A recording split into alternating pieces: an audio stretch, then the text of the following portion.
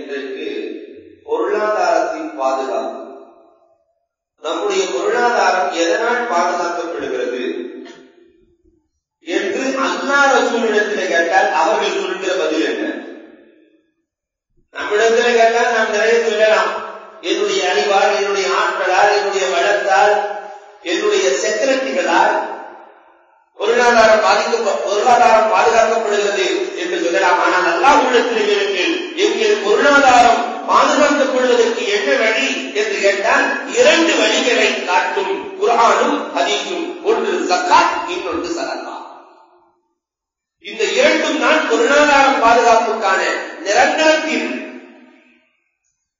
உடலிலே ஏதாவது ஒரு உறுப்பு அழிந்துவிட்டார், மருத்துவர்கள் சொல்லுகிற பதில் அந்த உறுப்பை அகற்ற வேண்டும். இதைவிட கொடுமையாக அபூபக்கர் ரலியல்லாஹு தஆலா அவர்கள் சொன்னார்கள். அபூபக்கர் ரலியல்லாஹு தஆலாவுடைய ஹிலாஃபத்தின் காலத்திலே ஒரு சிலர் ஸகாத் கொடுக்க மறுத்தார்கள். பெருமானாரோடு அது முடிந்து விட்டது, நாங்கள் உங்கள் காலத்திலே ஸகாத்தை கொடுக்க மாட்டோம் என்கிற பொழுது அபூபக்கர் ரலியல்லாஹு தஆலா சொன்ன வார்த்தை என்ன தெரியுமா? உங்களோடு போர் செய்வேன் என்றார்கள். ஸகாத்தை கொடுக்கவில்லை என்றால் போர் செய்வேன். வெறும் உறுப்பை எடுப்பதல்ல, உன் தலையையே எடுத்து விடுவேன். தொழுதார்கள், நோன்பு வைத்தார்கள், ஸகாத் மட்டும் கொடுக்கவில்லை. தொழுதார்கள், நோன்பு வைத்தார்கள், ஈமான் கொண்டிருந்தார்கள், எல்லாம் இருந்தது. ஆனாலும் காபிர்களிடத்திலே போர் தொடுப்பதை போன்று நான் போர் தொடுப்பேன் என்றால் ஸகாத்துக்கு எவ்வளவு முக்கியத்துவத்தை அபூபக்கர் ரலியல்லாஹு தஆலா அவர்கள் கொடுத்திருக்கிறார்கள். யோசித்து பார்க்க வேண்டும். ஆனால் இன்றைக்கு இந்த சமூகம் அதற்கு முக்கியத்துவம் அளிக்கிறதா? ஸகாத் என்பது ஏதோ ரசூலுல்லாஹ்வுக்கு மட்டும் கொடுக்கப்பட்ட பரல் அல்ல, கடமை அல்ல. அல்லாஹ் ஜல்ல குர்ஆனிலே நீங்கள் எடுத்து புரட்டினால் ஸகாத் என்பது ஆதம் அலைஹிஸ்ஸலாத்தின் காலத்திலிருந்து நடைமுறையில் இருக்கிறது. இன்றைக்கு வந்த கடமை அல்ல ஸகாத். அல்லாஹ் இப்ராஹிம் அலைஹிஸ்ஸலாத்தை குறித்து பேசுகிற பொழுது அல்லாஹ் சொல்வான், அவ்வைனா இலைஹி ஃபஅலல் கைராத்தி வ இகாமி ஸலாத்தி வ ஈதாஇ ஸகாத். நாம வகை அறிவித்தோம், நல்லதை செய்ய வேண்டும், தொழுகையை நிலைநாட்ட வேண்டும், ஸகாத்தை வளர்க்க வேண்டும் என்று இப்ராஹிம் அலைஹிஸ்ஸலாத்துக்கு சொன்னோம். அல்லாஹ் இப்ராஹிம் அலைஹிஸ்ஸலாம் ஸகாத் கொடுத்தாங்க, தொழுதாங்க. இஸ்மாயில் அலைஹிஸ்ஸலாத்தை பற்றி அல்லாஹ் குர்ஆனிலே பேசுகிற பொழுது கான யக்முரு அஹ்லஹு பிஸ்ஸலாத்தி வ ஸகாத், அவர்கள் தங்களுடைய குடும்பத்தார்களை தொழுகுமாறும் ஸகாத் கொடுக்குமாறும் ஏவினார்கள். குர்ஆன்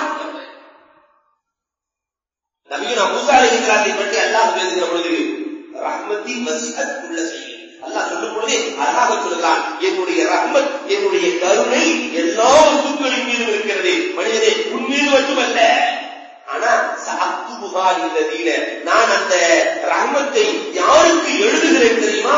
யத்தகும் வயுத்தூன ஸகாத, இறையச்சத்தோடு யார் வாழ்கிறார்களோ, யார் ஸகாத்தை கொடுக்கிறார்களோ அவர்களுக்கு என் ரஹ்மத்தை கொடுக்கிறேன் என்று மூஸா அலைஹிஸ்ஸலாத்துக்கு அல்லாஹ் சொல்றார். அப்ப மூஸா அலைஹிஸ்ஸலாத்துடைய காலத்துல இருந்துதான் ஸகாத்தில் பிரச்சனைகள் தூக்கம் வருது. பார்த்தான், பனு இஸ்ரவேலர்களை போன்று தந்திரக்காரர்கள் யாரும் இருக்க முடியாது. ஸகாத்தா நாங்கள் சம்பாதித்தது வட்டி என்ற ஒன்றை அறிமுகப்படுத்தியவர்களே பனு இஸ்ரவேலர்கள் தான். வட்டியை தடுத்தவங்க மூஸா அலைஹிஸ்ஸலாம், கடைசியில பேர் வட்டி மூஸா. வட்டியை தடுத்த மூஸா அலைஹிஸ்ஸலாத்தோட வட்டியை இணைச்சு இன்னைக்கு நாம சொல்லிட்டு இருக்கிறோம். ஒரு தவறான நடைமுறை, ஒரு ஆள் வட்டி வாங்கிட்டு இருக்காருன்னா ஒரு வட்டி மூஸா. ஒரு நபியை போய் வட்டியோடு இணைக்கலாமா? எவ்வளவு மோசமான சிந்தனை. இணைத்தவர்கள் அவர்கள், வட்டியை தடுத்தவர்கள். யம்ஹக்குல்லாஹு ரிபா வ யுர்பி ஸதகாத்.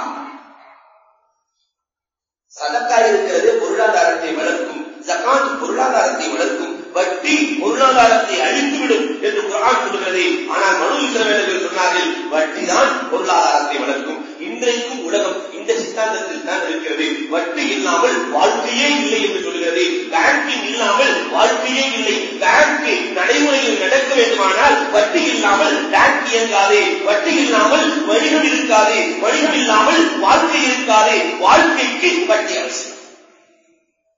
இன்றைய சித்தாந்தமே தான். அன்புக்குரியவர்களை யோசித்து பார்க்க வேண்டும்.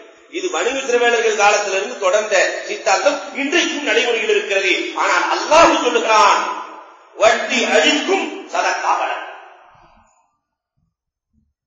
ஈசா அலைஹிஸ்ஸலாம் ஜகாத் கொடுத்ததை குர்ஆன் சொல்கிறது. அவுசானி ரப்பி பிஸ்ஸலாத்தி வஸ்ஸகாத்தி மா துன்து ஹய்யா. நான் ஹயாத்தாக இருக்கிற காலமெல்லாம் தொழுவேன், ஜகாத் கொடுப்பேன். ஈசா அலைஹிஸ்ஸலாம் கொடுத்திருக்கிறாங்க. ரசூல் ஸல்லல்லாஹு அலைஹி வஸல்லம் சொல்கிறார்கள், அகீமுஸ் ஸலாத்த வ ஆத்துஸ் ஸகாத்த, வழங்குங்கள் வர்கூ மஅர் ராக்கிஈன்.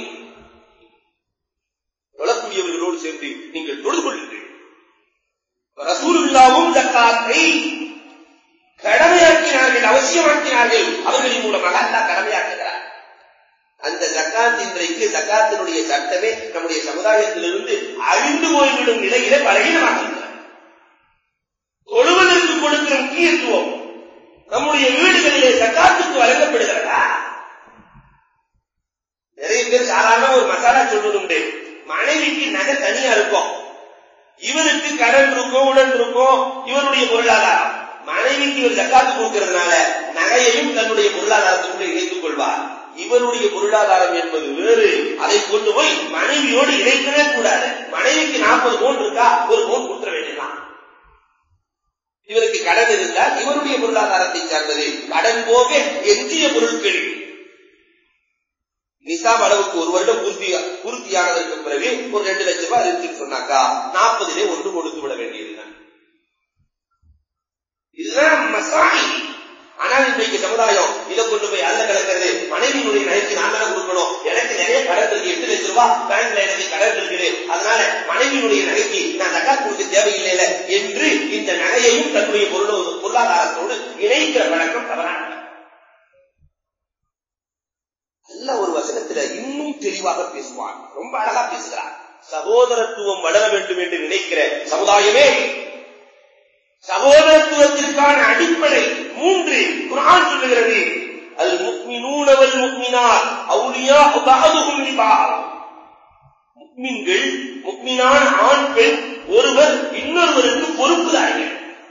யாரும் தனி மனிதனை வாழ முடியாது. குர்ஆன் சொல்லுகிறது சமுதாயம் தான் தனி மனிதனாக வாழ முடியாது. நான் மட்டும் தனியாக வாழ முடியுமா? வாழ முடியாது. ஒரு சமூகம் தேவை. ஒவ்வொருவரும் ஒவ்வொரு வேலையை செய்வார்கள். அதனால் ஒருவருக்கு இன்னொருவர் பொறுப்புதாரி, ஒருவருக்கு இன்னொருவர் பொறுப்புதாரி. முஃமின் இன்னொரு முஃமினுக்கு பொறுப்புதாரி. யஅமுரூன பில் மஅரூஃபி வ யன்ஹவுன அனில் முன்கர். நல்லதை ஏவ வேண்டும், தீமையை தடுக்க வேண்டும். அல்லாஹ் சொல்றான், நல்லதை ஏவ வேண்டும், தீமையை தடுக்க வேண்டும். இரண்டாவதாக சகோதரத்துவம் வளர்வதற்கு அந்த வசனத்திலே சொல்லுகிறான், வயுகீமூன ஸலாத்த வயுத்தூன ஸகாத்த. அவர்கள் தொழுது கொள்வார்கள், ஸகாத்தை கொடுப்பார்கள். இந்த 3 நடைமுறையில் இருந்தால் தான் சகோதரத்துவம் வளரும் என்கிறான் அல்லாஹ். இல்லை என்றால் சகோதரத்துவம் அடியோடு அழிந்து போகும். நல்லதை ஏவ வேண்டும், தீமையை தடுக்க வேண்டும், தொழ வேண்டும், ஜகாத் கொடுக்க வேண்டும். இதுதான் சகோதரத்துவத்திற்கான அஸ்திவாரம். இன்றைக்கு இருக்கிறதா? இன்னொரு வசனத்தில் அல்லாஹ் சொல்லுகிற பொழுது இப்படியே சொல்லுவான், யார் அடுத்தவர்களுக்கு உதவுகிறார்களோ அவர்களுக்கு தான் நல்லா உதவுவான். உதவாமல் பாக்கெட்டுக்குள்ளேயே வச்சுக்கிட்டு பாதுகாப்பவர்களுக்கு ஒரு காலம் அல்லாஹ் உதவ மாட்டான் என்ற வசனத்தையும் அல்லாஹ் குர்ஆனிலே சொல்லி காட்டுகிறார். அன்புக்குரியவர்களே, அல்லாஹ்வை பற்றி முதல்ல நம்ம கொஞ்சம் நினைத்து பார்க்க வேண்டும். நாம் சாதாரணமாக ஒரு சங்கத்தை வைத்திருக்கிறோம் என்று வைத்துக் கொள்ளுங்கள், அல்ல லயன்ஸ் கிளப்ல ஒருத்தர் மெம்பர் ஆக வேண்டும், அறிவா சங்கத்திலே ஒருவர் மெம்பர் ஆக வேண்டும். கண்டவர்களையும் நின்றவர்களையும் அவர்கள் மெம்பராக்கிக் கொள்வதில்லை. அதற்கு என்று சில அடித்தரங்கள் இருக்கிறது. உறுப்பினராக மாற வேண்டுமானால் அதற்கு என்று சில சட்டங்கள் இருக்கிறது. சோதிக்கப்படுவார்கள், இந்த தகுதி இருக்கிறதா என்று. சாதாரணமா உலகத்திலே இருக்கக்கூடிய இந்த சங்கங்களுக்கே இத்தனை சட்டம் இருக்கிறது என்றால் அல்லாஹ் சொல்கிறான், உலாயிக ஹிஸ்புல்லாஹ் அலா இன்ன ஹிஸ்பல்லாஹி ஹுமுல் முஃப்லிஹூன். என்னுடைய குழுவிலே நீங்கள் சேர வேண்டுமா? அல்லாஹ் சொல்றான், என் சங்கத்தில் நீங்க சேரணுமா? ஹிஸ்ப் என்று சொன்னால் குழு. என் சங்கத்தில் சேருவதற்கு சில சோதனைகளை நான் செய்வேன், சில படித்தரங்கள் எனக்கு இருக்கிறது. அதிலே நீங்கள் வந்தால் என் குழுவிலே நீங்கள் சேர முடியும், இல்லை என்றால் சேர முடியாது. அதுல முதல்ல ஒரு 4 சோதனைகளை அல்லாஹ் வைக்கிறார். முதல் சோதனை, அல்லாஹ் ரசூலை முழுமையாக நம்பி இருக்க வேண்டும். இதிலேயே நிறைய பேர் அல்லாஹ்வினுடைய குழுவிலிருந்து வெளியே சென்று விடுகிறார்கள். அல்லாஹ் ரசூலை முழுமையாக நம்பி இருக்க வேண்டும். அல்லாஹ் சொன்னதை ஆமன்னா செல்லம்னா அப்படியே ஏற்றோம். தானியா அலைஹிஸ்ஸலாத்துடைய வரலாறு இதற்கு சான்று. தானியா அலைஹிஸ்ஸலாம் அல்லாஹ் ஒருவன் என்று சொல்லுகிற பொழுது சிங்கக்கூண்டிலே தானியா அலைஹிஸ்ஸலாம் அடைக்கப்படுகிறார்கள். ஒரு நபி சிங்கக்கூண்டிலே அடைக்கப்படுகிறார்கள். அந்த சிங்கத்திற்கு 4-5 நாட்களாக தீனி போடாமல் பசியோடு இருக்கிற சிங்கம் சிங்கக்கூண்டிலே அடைக்கப்படுகிற பொழுது அந்த சிங்கம் தானியேல் அலைஹிஸ்ஸலாத்தை தொடவில்லை. ஜிப்ரீல் அலைஹிஸ்ஸலாம் வந்து தானியேல் அலைஹிஸ்ஸலாமிடத்தில் கேட்டார்கள், பசியோடு இருக்கிற சிங்கம், ஆனால் நீங்களோ அந்த சிங்கத்திற்கு இரையாக வேண்டும், அது தொடவில்லையே, என்ன காரணம்? சிங்கத்திலே கேளுங்க, நாங்க அதானியா. சிங்கம் சொன்னது ஹதீஸிலே வந்த வரலாறு. சிங்கம் சொல்லுகிறது நல்லவர்களை சாப்பிடக்கூடாது என்று. சிங்கத்திற்கு இறைவன் ஆணையிட்டிருக்கிறான் என்று. எனக்கு மட்டுமல்ல, என் இனத்திற்கே நல்லவர்களை சாப்பிடுகிற அதிகாரம் சிங்கத்திற்கு அன்றும் கிடையாது, இன்றும் கிடையாது, காமத்து நாள் வரைக்கும் கிடையாது. சாப்பிட சிங்கம் சொல்லுது. இப்ராஹிம் அலைஹிஸ்ஸலாம் பார்த்துவிட்டு சிங்கத்திற்கு உணவு கொடுத்தார்களாம், தானியேலுக்கு உணவு கொடுக்கிறார்கள். ஒரு கூட்டுக்குள்ளே 2 பேர்களுக்கு உணவு கொடுத்தார்கள் என்ற வரலாற்றை பார்க்கிறோம். அல்லாஹ்வை முழுமையாக நம்பினார்கள் தானியேல். இந்த நம்பிக்கை வர வேண்டும். காப்பாற்றுபவன் அவன், அவனை தவிர உலகத்தில் யாரும் இல்லை என்ற நம்பிக்கை வர வேண்டும். இன்றைக்கு அந்த நம்பிக்கை இருக்கிறதா? இந்த நம்பிக்கை இருந்தால் அல்லாஹ்வின் குழுவுக்குள்ளே நுழையலாம். இரண்டாவதாக குர்ஆன் முழுக்க நீங்கள் ஆய்வு செய்யுங்கள். நகு கவர், இந்த 2ஐயும் பார்க்கலாம். அறிவு ஒன்றை சொல்லும், இறை செய்தி ஒன்றை சொல்லும். செய்தியை நம்புவதா, அறிவை நம்புவதா? செய்தியை நம்பியவர்களுக்கு வெற்றி, இறை குழுவிலே சேரலாம். செய்தியை நம்பாதவர்கள், அறிவை நம்பியவர்களுக்கு தோல்வி. நிறைய உதாரணங்களை குர்ஆன் சொல்லுகிறது. மூசா அலைஹிஸ்ஸலாத்து வஸலாமுடைய தாயார் வெட்டியிலே குழந்தையை வைத்துக் கொண்டு கடலுக்கு செல்கிறார்கள். பிள்ளையை போடு என்று அல்லாஹ் உத்தரவு போடுகிறான். கடலிலே போடு, பெத்த பிள்ளைய கடல்ல போடுங்கிறான். இது செய்தி. ஆனால் இவர்களின் அறிவு சொல்கிறது பிள்ளைய போட்டா இந்த புள்ள பிழைக்குமா, அது கடல்ல போட்டா பிழைக்குமா, கடல் காத்து பிள்ளைக்கு ஆகுமா, என்ன ஆகுமோ ஏதாகுமோ. அறிவை நம்பவில்லை, இறை செய்தியை நம்பினார்கள். இறை குழுவிலே இணைத்தார்கள். குர்ஆன் இன்றைக்கும் அவர்களை சொல்கிறது. மூசா அலைஹிஸ்ஸலாம் கையில குச்சியை வச்சிருக்கிறாங்க. அதே மூசா பாம்புகள் 70,000 பாம்புகள் நெளிக்கிறது. 70,000 பாம்புகள் கையில பாதுகாப்புக்கு ஒரு குச்சி தான் இருக்கு. இந்த குச்சியை விட்டா பாதுகாப்புக்கு இல்ல. அல்லாஹ் சொல்றான், குச்சியை கீழே போடுன்னா, குச்சியை போடுன்னா. அறிவு சொல்லுது குச்சி கையில இல்லைன்னா நம்ம தப்பிக்க முடியாதுன்னு. ஆனால் அல்லாஹ்வின் செய்தி சொல்கிறது போட்டாக வேண்டும் என்று. அறிவை கேட்கவில்லை, அல்லாஹ்வின் செய்தியை கேட்டார்கள். இறை குழுவிலே இணைந்தார்கள். இன்றைக்கு நம்முடைய நடைமுறையில் உண்டு. ட்ரெயினிலே சென்று கொண்டிருக்கிற பொழுது அறிவு சொல்கிறது இங்கெல்லாம் தொழுத நம்ம ஒரு மாறியா பார்ப்பாங்க. ஆனால் அல்லாஹ்வின் செய்தி சொல்கிறது நேரம் முடிய போகிறது, தொழுதுக்குள்.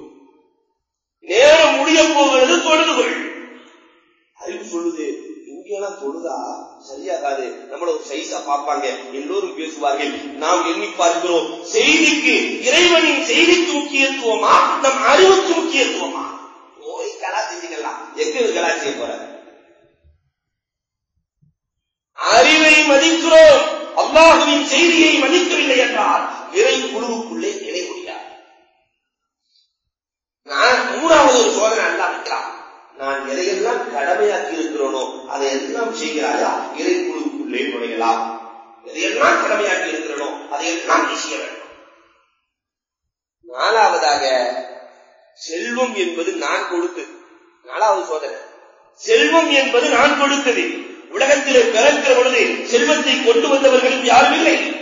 இறந்ததற்கு பிறகு செல்வத்தோடு செல்பவர்களும் யாரும் இல்லை. எல்லாம் நான் கொடுத்தது. நான் கொடுத்த செல்வத்தை எனக்காக தாராள மனதோடு கொடுப்பவர்கள் யாராவது இருக்கிறீர்களா? இருந்தால் என் குழுவிலே செல்வதா? அந்த கொடுக்கிறதுக்கு பேர் தான் சதக்கா, கொடுப்பதற்கு பேர் தான் சதக்கா. அளவில்லாமல் கொடுப்பது சதக்கா. அல்லாஹ் சொன்ன ஆணைப்படி, நிர்ணயித்த முறைப்படி கொடுப்பது சதக்கா. அன்புக்குரியவர்களே, இந்த ஜகாத்தினுடைய குழுக்கள் மட்டும் நிறைய பிரிகிறது.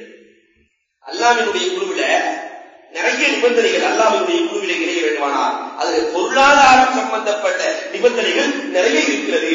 அதுல முதலாவதாக அல்லாஹ் குர்ஆனிலே சொல்வான், வமன் யூக சுக்க நஃப்ஸிஹி ஃபஉலாயிக ஹுமுல் முஃப்லிஹூன். யார் கஞ்சத்தனத்தை முதலிலே விடுகிறார்களோ அவர்கள் தான் அல்லாஹ்வின் குழுவிலே இணையும்.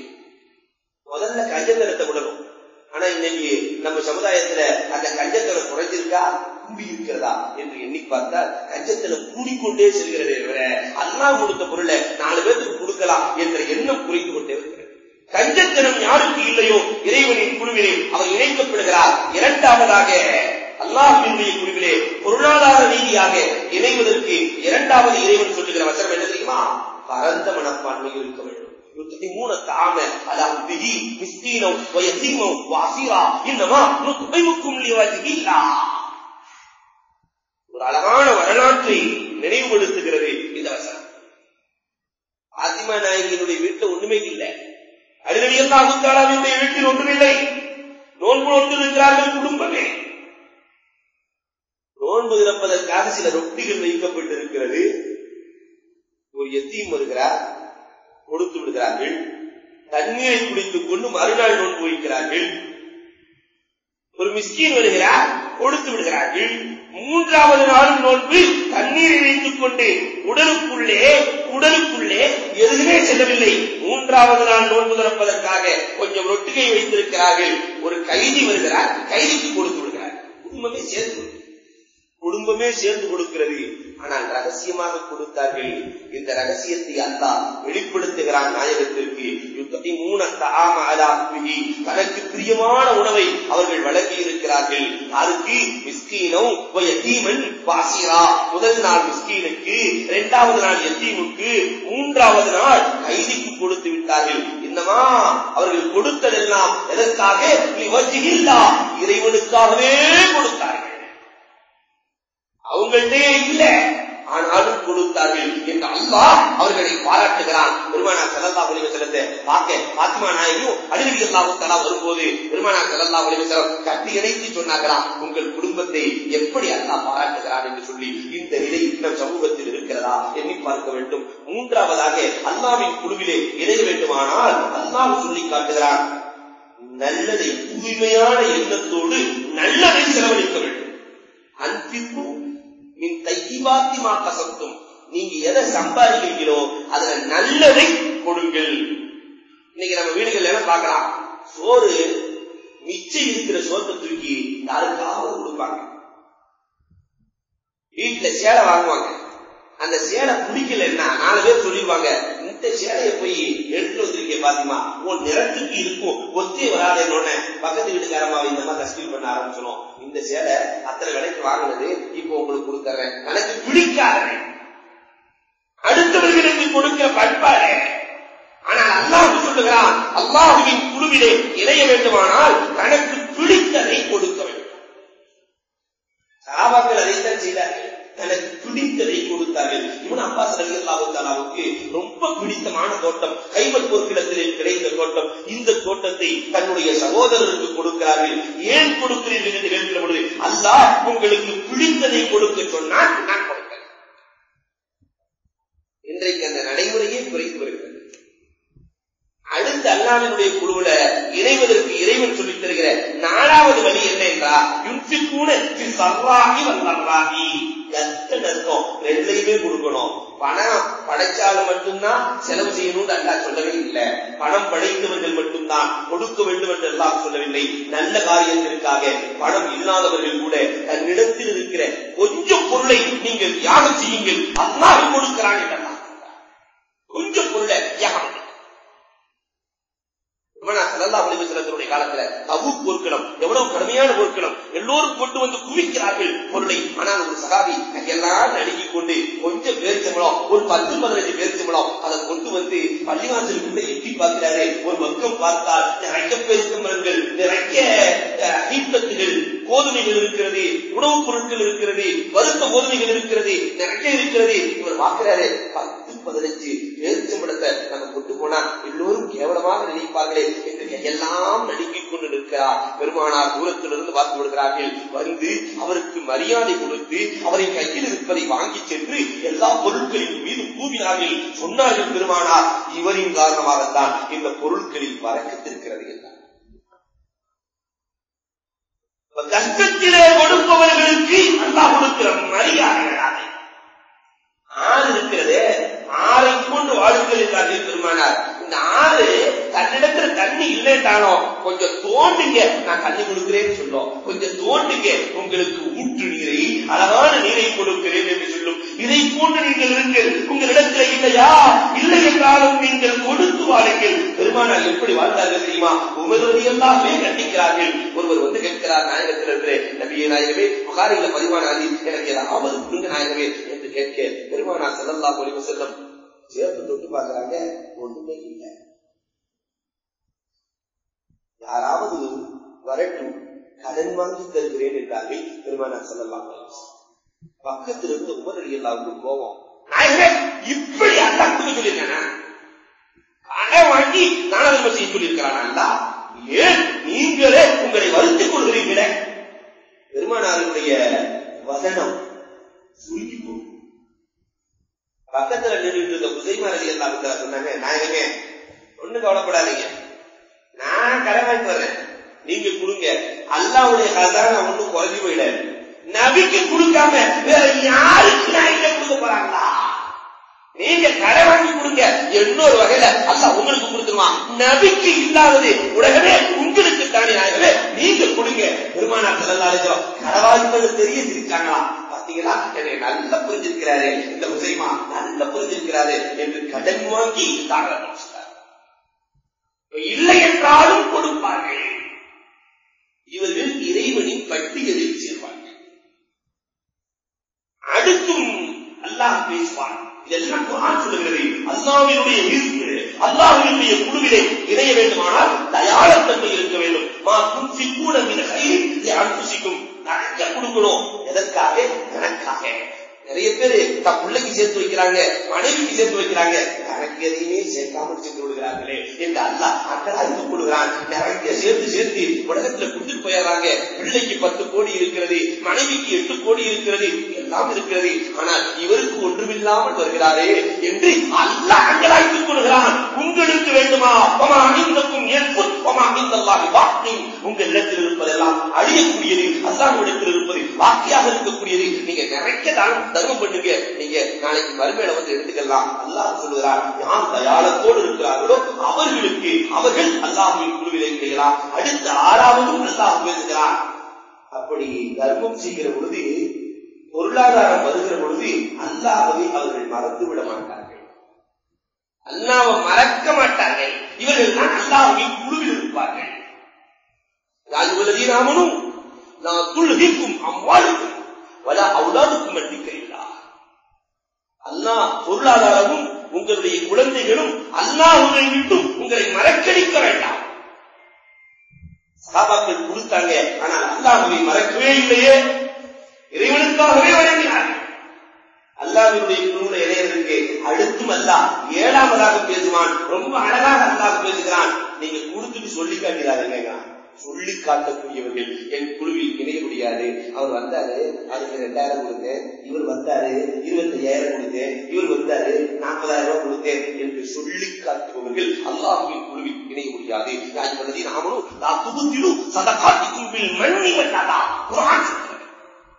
சொல்லி காட்டி உங்களுடைய தான தர்மங்களை அழித்துக் கொள்ள வேண்டாம். அடுத்து அல்லாஹ் எவ்வளவு அழகாக சொல்றாங்க தெரியுங்களா? அல்லாஹ்வுடைய குழுவுல இணையணும்னு சொன்னா கொடுக்கிறத ரகசியமா கொடுக்கணும்.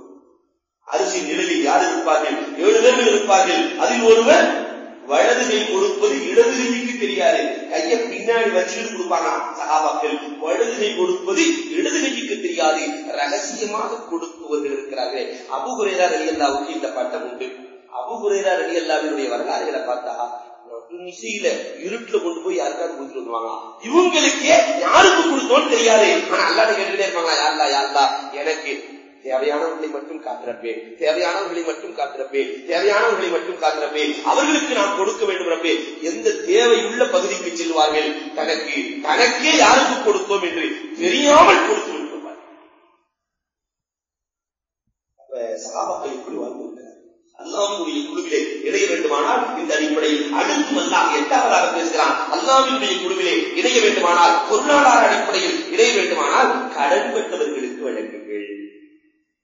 குர்ஆன் சொல்கிறது,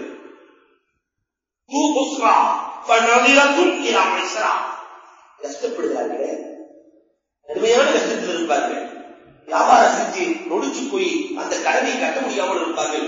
இவர்களுக்கு உங்களுடைய தான தர்மங்களை வழங்கி அவர்களின் கஷ்டத்தை தீருங்கள். இன்றைக்கு மாற்று மத சகோதரர்கள் இந்த வேலையை செய்கிறார்கள். யாராவது ஒருவர் அழிந்து விட்டால் சேட்டு இடத்தை சார்ந்தவர்கள் இருக்கிறார்களே, மாறுபாடு இடத்தை சார்ந்தவர்கள் இருக்கிறார்களே, சகோதர சமயத்தை சார்ந்தவர் ஒருத்தர் கீழே விழுகிற மாதிரி தெரிஞ்சுன்னா உடனே மற்றவர்கள் கடன் பட்டு, மற்றவர்கள் கடன் கொடுத்து அல்லது தான தர்மங்களை கொடுத்து அவரை தூக்குகிற பண்பாடு அவர்களிடத்திலே உண்டு. ஆனா நம்மால கீழே இருக்கிற பண்பாடு நம்மள்கிட்ட உண்டு.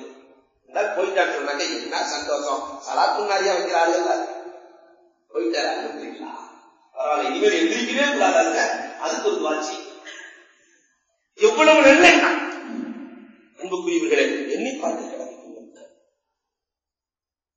அல்லாஹ்வினுடைய குழுவிலே யார் இணைய முடியாது, அல்லாஹ்வினுடைய குழுவிலே யார் இணைய முடியாது. இதையும் குர்ஆன் சொல்கிறது.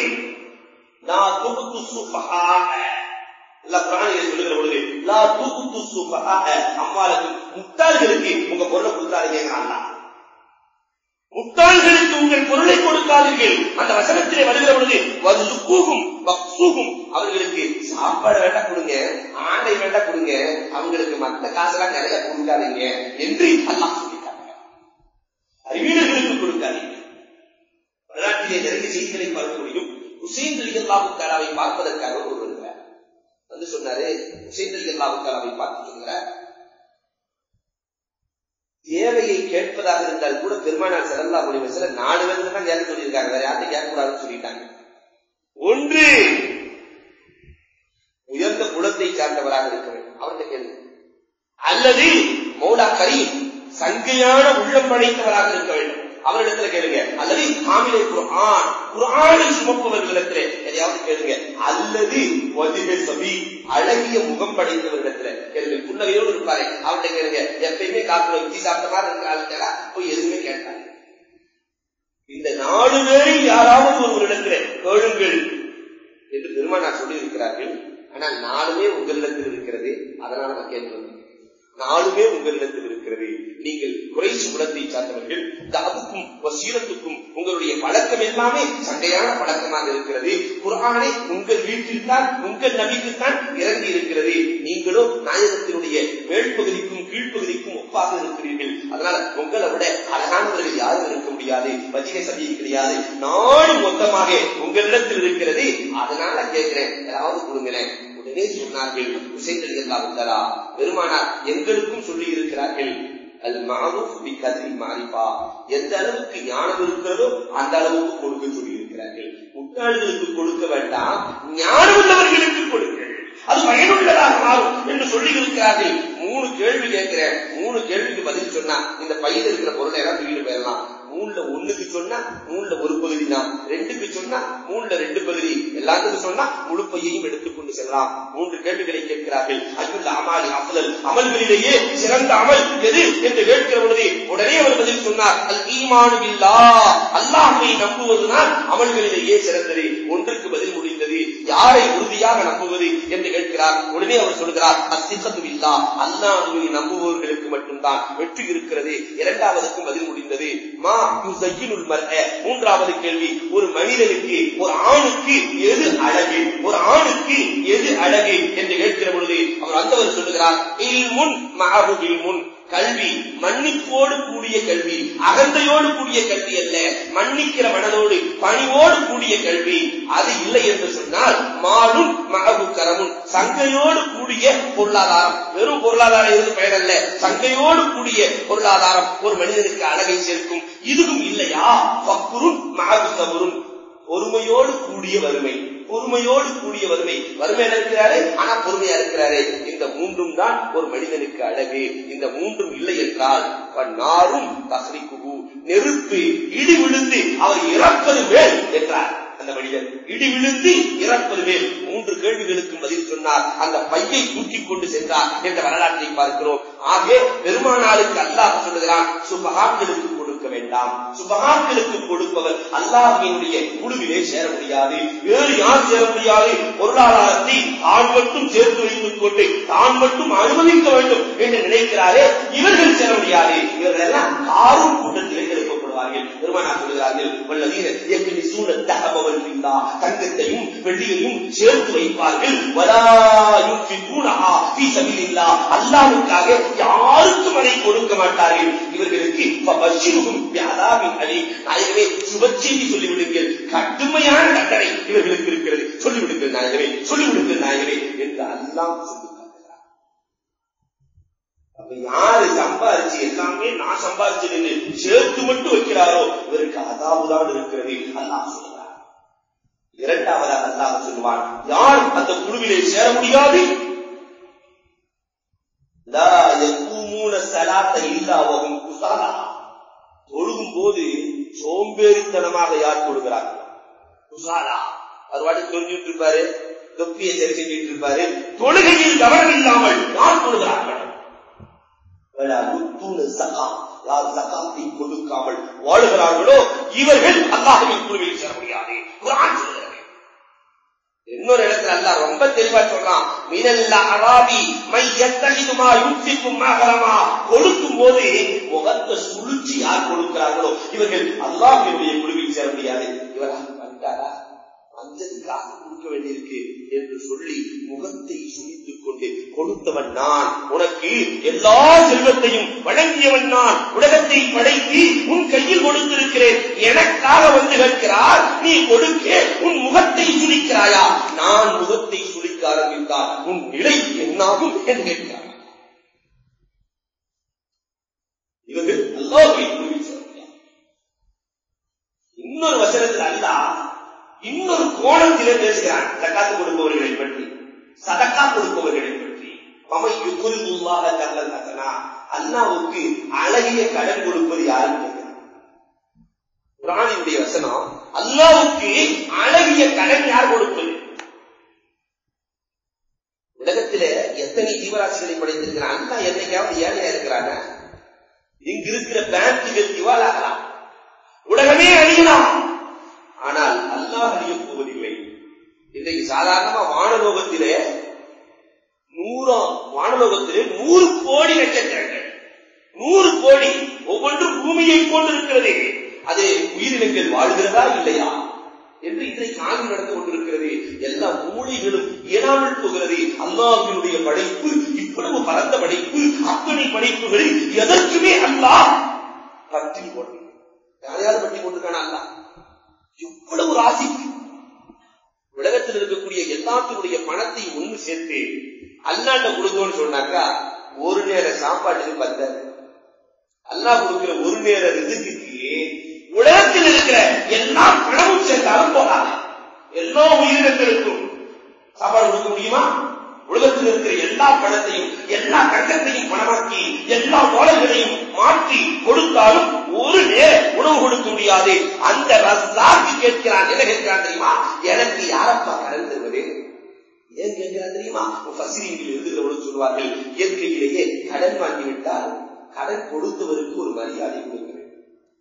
நான் ஒருத்தர் போய் 1 லட்சம் ரூபாய் கடன் வாங்கியிருக்கேன்னா கடன் கொடுத்தவர் வர்றாருனாக்கா, 1 லட்சம் ரூபாய் கொடுத்த ஆசையார் வர்றாருனாக்கா அவருக்கு தனி மரியாதை இருக்கிறது. அல்லாஹ் கேட்கிறான், அல்லாஹ் சொல்றான், எனக்கு நீ கடன் கொடுத்தால் ஏழைகளுக்கு, விதவைகளுக்கு, அனாதைகளுக்கு, முடியாதவர்களுக்கு, ஆதரவற்றவர்களுக்கு, ஒன்றுக்கும் இயலாதவர்களுக்கு நீ கொடுத்து என் டெபாசிட்டிலே ஏற்றிவிட்டால் உனக்கு நான் மரியாதை தரப்பா. உனக்கு கடன்காரனா நான் மாறிடுறேன், உனக்கு கடன்காரனா நான் மாறிடுறேன். நான் கொடுத்தா எப்படி கொடுப்பேன் தெரியுமா? நீ கொடுக்கிற பணத்துக்கு நான் கொடுக்க ஆரம்பிச்சா இங்கெல்லாம் வட்டி கூடாது, மனுவலத்துல கூடும்.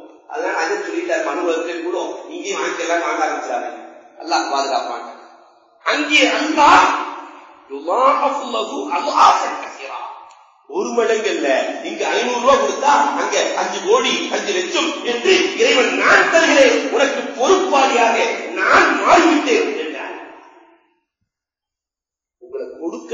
தடுக்கிறது என்ன தெரியுமா? அதையும் அல்லாஹ் சொல்லுவார். ஒன்று கஞ்சத்தனம், இன்னொன்று சுயநலம். இந்த ரெண்டும் தான் உன்னை தடுக்கிறது. நாம மட்டும் நல்லா இருந்தா போதும். வந்துருக்கிறவர் பாப்பாரு, அவனுக்கு கைகால நல்லா தானே இருக்குது, இவனே கேட்கிறான். நீ கேட்ட கொடுக்கறத உனக்கு கிடமை, கைகால நல்லா தானே இருக்குது, பார்த்தா வேலை செய்யறதுக்குலாம் முடிகிற ஆள் மாத்தானே தெரியுது. இதெல்லாம் பார்க்கிற பண்பாடு கணக்கு. உன் சுயநலம், உன்னுடைய கஞ்சத்தனம் கொடுப்பதை விட்டும் தடுக்கிறது. ஆனால் கொடுத்தவன் நான். மனிதனே, உனக்கு 2 பாதை தான் இருக்கிறது. அல்லாஹ் சொல்றான், உனக்கு 2 பாதை தான் இருக்கிறது. ஒன்று சபீலுல்லாஹ், இன்னொன்று சபீலு ஷைத்தான். அல்லாஹ்வின் பாதை, இன்னொன்று ஷைத்தானின் பாதை. நீ எந்த பாதையில் செல்கிறாய் என்று நான் வேடிக்கை பார்க்கிறேன். நான் ஒரு பாதையை போட்டு கொடுத்திருக்கிறேன், நீ கொஞ்சம் தூர நோக்கோடு பார்க்கணும். அல்லாஹ் அதையும் சொல்லுகிறான், குளிக்கல் இன்சான் மின் அஜல். நம்மாடு கொடுத்த உடனே லாபத்தை எதிர்பார்ப்பார். ஏன்னா நீ அவசரக்காரனாக படைக்கப்பட்டிருக்கிறார். தூர நோக்கே இல்லையே, தூர நோக்கு சிந்தனையே இல்லையே, அவசரக்காரனாக படைக்கப்பட்டிருக்கிறார். கொடுத்த உன்னையுமே ஏதாவது லாபம் கிடைக்குமா என்று பார்க்கிறார். அல்லாஹ் சொல்லுகிறான், தூர நோக்கோடு பார், உனக்கு கொடுத்தவன் நான், மறுமையிலே உனக்கு லாபத்தை கொடுக்கிறேன் என்று அல்லாஹ் சொல்லி காட்டுகிறான். நிறைய வரலாறுகளை, நபிமார்களின் வரலாறுகளை பார்க்க முடிகிறது. கொடுத்ததால் அழிந்தவர்கள் உலகத்தில் யாரும் இல்லை. குமான் நபிகள் கோமான் ஸல்லல்லாஹு அலைஹி வஸல்லத்தினுடைய காலத்திலே நஸகியிலே பதிவான ஹதீஸ், காபத்துல்லாவை ஒருவர் பிடித்து அழுது கொண்டிருக்கிறார். திரும்ப திரும்ப தவாப் செய்து வருகிறார். காபாவை பிடிக்கிறார், அழுகிறார். பெருமானார் கேட்கிறார்கள், ஏனப்பா பிடிக்கிறாய், அழுகிறாய்? அல்லாஹும்ம அஃபிர்லி, அல்லாஹ் என்னை மன்னி, என்னை மன்னி, என்னை மன்னி என்று பிடிக்கிறாயே, உனக்கு என்ன பிரச்சனை சொல், நானும் மன்னிப்பு கேட்கிறேன். நாயகமே முன் வருகிறார்கள். அவர் சொன்னாரு, எனக்கு நிறைய செல்வங்கள் இருக்கிறது, மவாசி நிறைய கால்நடைகள் இருக்கிறது, நிறைய ஓட்டுத்துறவுகள் இருக்கிறது. ஆனா எனக்குள்ள ஒரே குறை என்ன தெரியுமா? ஸல்லல்லாஹு அலைஹி வஸல்லம் அவர்களே, எனக்கு உள்ள குறை ஒன்னே ஒண்ணுதான். யாராவது என்னை கேட்டு வந்தா முகமெல்லாம் சிறப்பா மாறி, ஒரு ஆளு பொண்ணு கொடுக்க மாட்டேன். என் மனைவி கேட்டா கூட முகமெல்லாம் மாறிக்கும். இந்த குறை என்ன இருக்கு? மன்னிப்பு கேட்க வந்திருக்காங்க. பெருமானார் ஸல்லல்லாஹு அலைஹி வஸல்லம் காபத்துல்லாவிலே முன்னால் நின்று அந்த மனிதரை பார்த்து சொன்னார்கள், நீ 1000 ஆண்டு நோட்டு வைத்து 1000 ஆண்டு தொழுதாலும் நீ நரகத்திற்கு தான் செல்வாய். அஸ்தகாமினல் ஈமான், இறைவன் உனக்கு கொடுத்ததே மற்றவர்களுக்கு கொடுப்பதற்காகத்தான், நீ மட்டும் வாழ்வதற்காக. கொடுப்பது என்பது ஈமானில் கட்டுப்பட்டது. ஈமான் ஃபில் ஜன்னா, யார் முஃமினாக இருக்கிறார்களோ அவர்கள் தான் சொர்க்கத்தில் இருக்க முடியும். உன்னை போன்றவர்களுக்கு சொர்க்கம் கிடையாது, செல் என்றார்கள் பெருமானார் ஸல்லல்லாஹு அலைஹி வஸல்லம். எண்ணி பார்க்க வேண்டும்.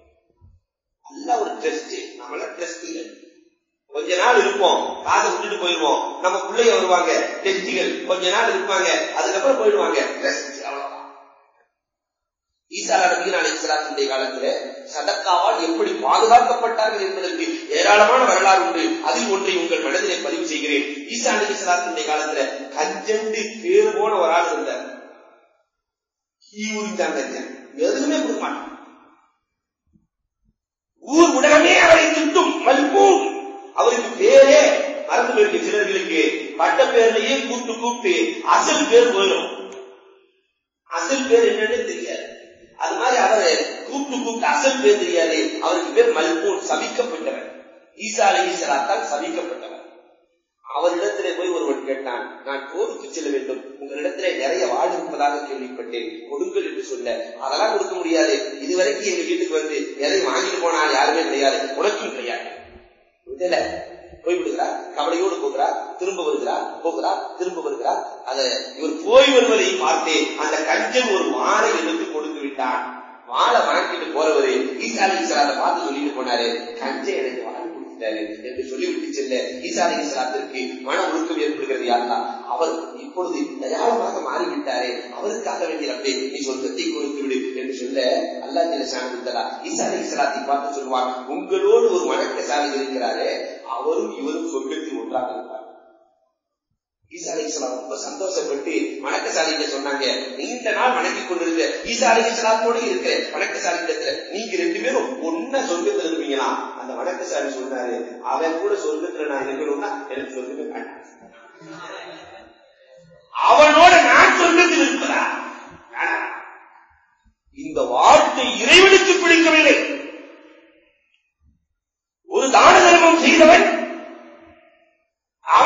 இகழ்வதா?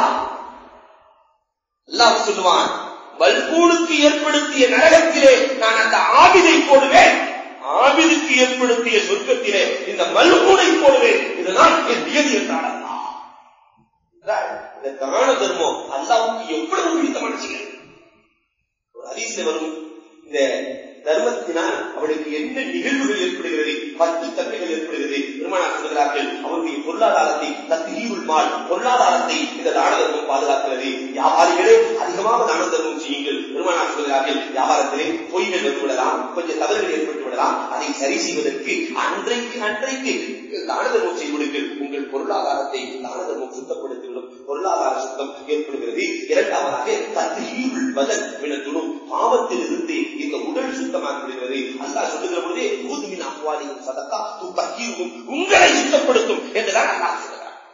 உடம்புல இருக்கிற எல்லா பாவத்தையும் எடுக்கிறோம். அதோடு மட்டுமல்ல, இந்த தான தர்மம் இருக்கிறதே தஃபுல் அம்ராத் வல் பலாயா, எல்லா பலா முசீபத்துகள், எல்லா வகையான நோய்களையும் இந்த தான தர்மம் அகற்றிவிடும். நான்காவதாக பெருமானார் ஸல்லல்லாஹு அலைஹி வஸல்லம் சொன்னார்கள், இத்ஹால் சுரூர், முஸ்லிம்களுக்கு சந்தோஷத்தை ஏற்படுத்துவது தான தர்மம். ஒரு ஏழைக்கு சந்தோஷத்தை கொடுக்கிறது. பெருமானார் சொன்னார்கள், அஃதலுல் அமால், அமல்களிலேயே சிறந்த அமல் எது தெரியுமா?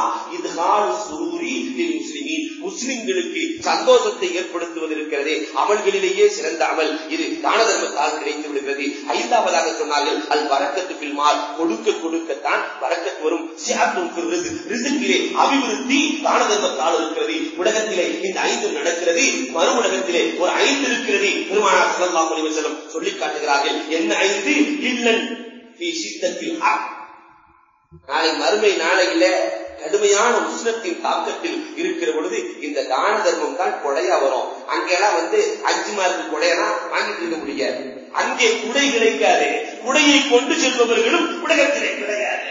அங்கே குடையாக வருவது நம்முடைய தான தர்மங்கள். ஹிப்பத்துல் விசா, கேள்விகளுக்கு ஒருத்தர் தான தர்மம் செய்ய ஆரம்பிச்சார்னா இங்க பொதுவாகவே கரெக்டா ஒயிட் மணியை கரெக்டா கணக்கு காட்டினால பிரச்சனை இல்லை. இதை போன்று தான தர்மம் செய்தவர்கள் மறுமையிலே கணக்கு காட்டப்பட்டவர்கள், அவர்களுக்கு கேள்விகளுக்கு லேசாகிவிடும். மூன்றாவதாக சிப்புல் மீசான், மீசான் திராஸ் இருக்கிறதே அதை நிரப்பமாக்கிவிடும் இந்த தான தர்மம். நான்காவதாக பெருமானார் ஸல்லல்லாஹு அலைஹி வஸல்லம் ஜவாது சிராத், சிராத்துல் முஸ்தகீம் பாலத்தை மின்னல் வேகத்திலே கடக்க வைக்கிற ஆற்றல் தான தர்மத்திற்கு இருக்கிறது. ரஃபுத் தரஜாத்தி பில் ஜன்னah, சொர்க்கத்திலே உயர்ந்த அந்தத்தை கொடுப்பது தான தர்மம். அதனால் அதிகமாக நீங்கள் தான தர்மம் செய்து கொள்ளுங்கள். நபிகள் கோமான் ஸல்லல்லாஹு அலைஹி வஸல்லம் அவர்கள் சொல்லி காட்டுகிறார்கள். ஹஸ்ஸான் அபீ சினான் ரலியல்லாஹு தஆலா அவருடைய வரலாறு நமக்கு சான்றாக அமைந்திருக்கிறது. ஒரு பெண்மணி வருகிறாள், புர்காவோடு நின்று முகத்தை பார்த்து விடுகிறார்கள். புர்காவோடு நின்று 1 திர்ஹம் எனக்கு கொடுங்களே என்று ஹஸ்ஸான் அபீ சினான் ரலியல்லாஹு இடத்திலே கேட்கிறார். அந்த பெண்மணியை பார்த்து அழகா இருக்கிறாங்க.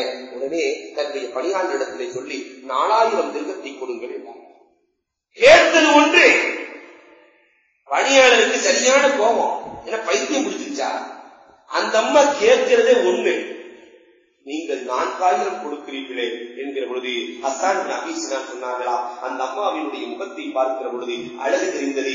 நான் ஒரு பாவத்திலே மாட்டிக்கொண்டேன், இதை போன்று மற்ற ஆண்களும் பாவத்தில் ஆகிவிடக் கூடாது.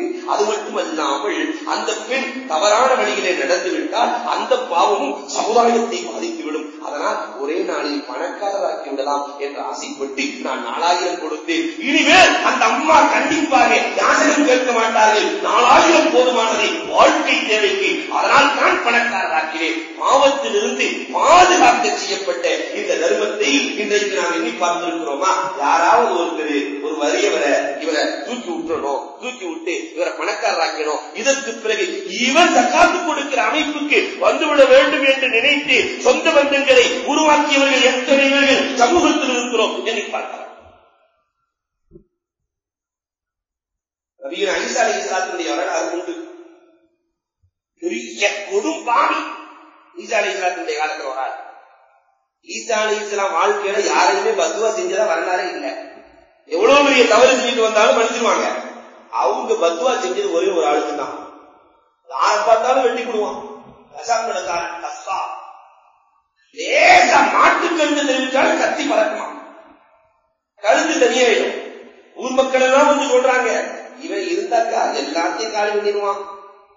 நபியே துவா செய்யுங்க, வேற வழி இல்லாம ஈசா அலைஹிஸ்ஸலாம் அல்லாஹ்ட்ட துவா செய்தாங்க, யா அல்லாஹ் இவர் போவாரு வேலைக்கு, போற இடத்துல காலி பண்ணிரு, திரும்பி வரக்கூடாது. அல்லாஹ் துஆவை ஏத்துக்கிட்டான். போனாரு. போற வழியிலே ஒருவர் யாசகம் கேட்கிறார், நீங்க எனக்கு 3 ரொட்டி கொண்டு போனாரு, ஒரு ரொட்டி கொடுங்களேன் என்று கேட்க, ஒரு ரொட்டியை கொடுத்தவுடன் தக்கீர் கல்வா ஒரு துவா செஞ்சாரு, அல்லாஹ் உன்னுடைய உள்ளத்தை சுத்தப்படுத்தி விடு துவா செஞ்சாரு.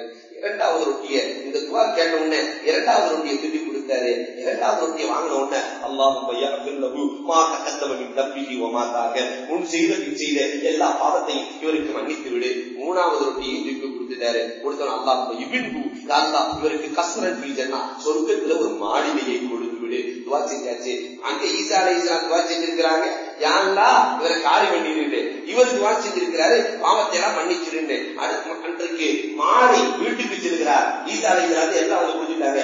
வரமாட்டாரு, மூத்தா போயிருவாருன்னு சொன்னீங்க, ஆவிச்சா மூணு வந்து நிற்கிறாரு என்று சொல்ல ஈசா அலைஹிஸ்ஸலாம் அவரின் தலையில் இருக்கிற விறகு கட்டை கலட்டிகள் என்றார்கள். கலட்டினா உள்ளே ஒரு நாகம் விறகிலே மாட்டி இருக்கிறது. ஜிப்ரீலுக்கு அல்லாஹ் உத்தரவிட்டு விட்டான், கொலை செய்வதற்கு அனுப்பி இருந்த நாகம் இவர் செய்த தான தர்மத்தால் தடுக்கப்பட்டிருக்கிறது. இந்த நிகழ்வை அந்த மனிதனிடத்திலே சொல்லுகிற பொழுது அல்லாஹ் தான் உள்ளத்தை சுத்தப்படுத்தி விட்டானே. உடனே ஈசா அலைஹிஸ்ஸலாத்தின் கரத்தை பிடித்து இஸ்லாத்தை ஏற்று ஈசா அலைஹிஸ்ஸலாத்தை நம்பி ஈசா அலைஹிஸ்ஸலாத்தினுடைய அவாரியங்கள் 12 பேர்கள், அதில் ஒருவராக இந்த கஸ்ஸார் மாறினார் என்ற வரலாற்றை பார்க்கிறோமே. ஒரு தானம் அவரை ஈசா அலைஹிஸ்ஸலாத்தினுடைய 12 அவாரியங்களில் உதவியாளர்களில் ஒருவராக மாற்றி இருக்கிறது. எனவே இதைத்தான் பெருமானார் ஸல்லல்லாஹு அலைஹி வஸல்லம் சொல்லி காட்டுகிறார்கள். தான தர்மம் இருக்கிறதே உங்கள் பொருளாதாரத்திற்கான பாதுகாப்பு, இதை நீங்கள் கண்டிப்பாக செய்யுங்கள். ஜகாத்தை கொடுங்கள், சதக்காவை கொடுங்கள், சொந்த பந்தங்களுக்கு கொடுங்கள், யத்தீம்களுக்கு கொடுங்கள், அனாதைகளுக்கு கொடுங்கள், கேட்டு வருபவர்களுக்கு கொடுங்கள். நீங்கள் கேட்காமல் ஏழைகளாக இருந்தால் அவர்களுக்கு அளித்து வாடுங்கள். உங்கள் பொருளாதாரத்தில் பாதுகாப்பு இருக்கிறது